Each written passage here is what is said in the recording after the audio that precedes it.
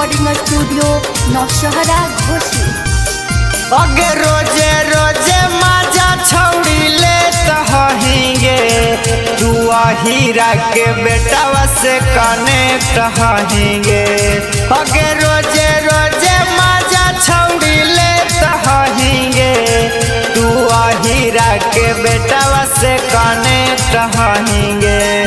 खटलवा में बोलावा होगे दूधावा पिलावा होगे रोज रोज बोलावा होगे दूधावा पिलावा। अगे यही से शरीर से परफेक्ट हहिंगे तू हीरा के बेटावा से कनेक्ट हहिंगे। अगे रोजे रोजे माजा छौड़ी ले तहिंगे तू जादो जी के बेटावा से कनेक्ट हहिंगे। तू जादो जी के बेटावा से कनेक्ट हहिंगे। तू जादो जी के बेटावा से कनेक्ट हहिंगे।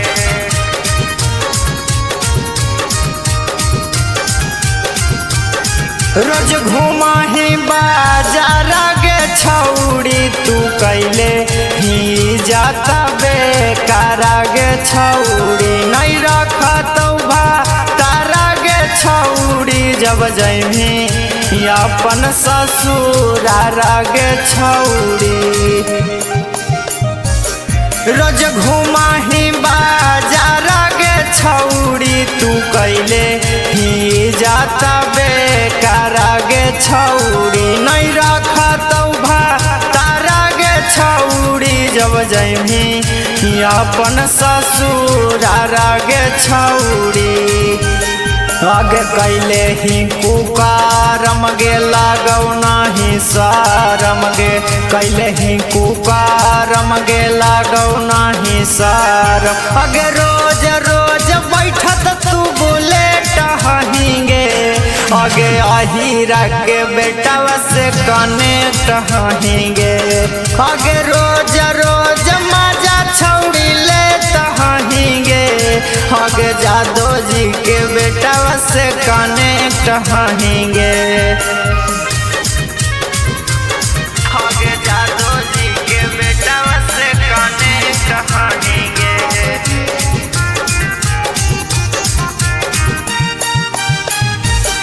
अगे जादो जी के बेटावा से कनेक्ट हहिंगे।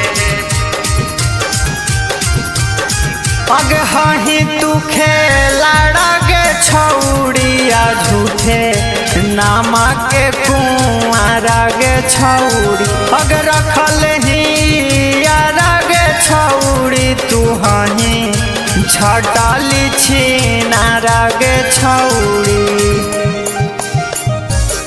अगे हही तू खेला गे छौड़िया झूठो हही तू कुआरा गे छौड़ी।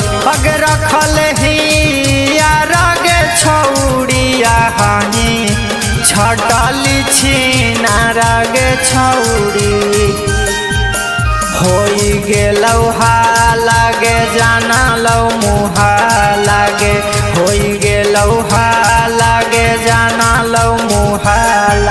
पूजरिए के रोज चूसत चॉकलेट हहिंगे तू हीरा के बेटावा से कनेक्ट हहिंगे। अगे रोजे रोजे घूमत मारा के हहिंगे अगे जादो जी के बेटावा से कनेक्ट हहिंगे। Music recording studio Naushahra Ghoshi.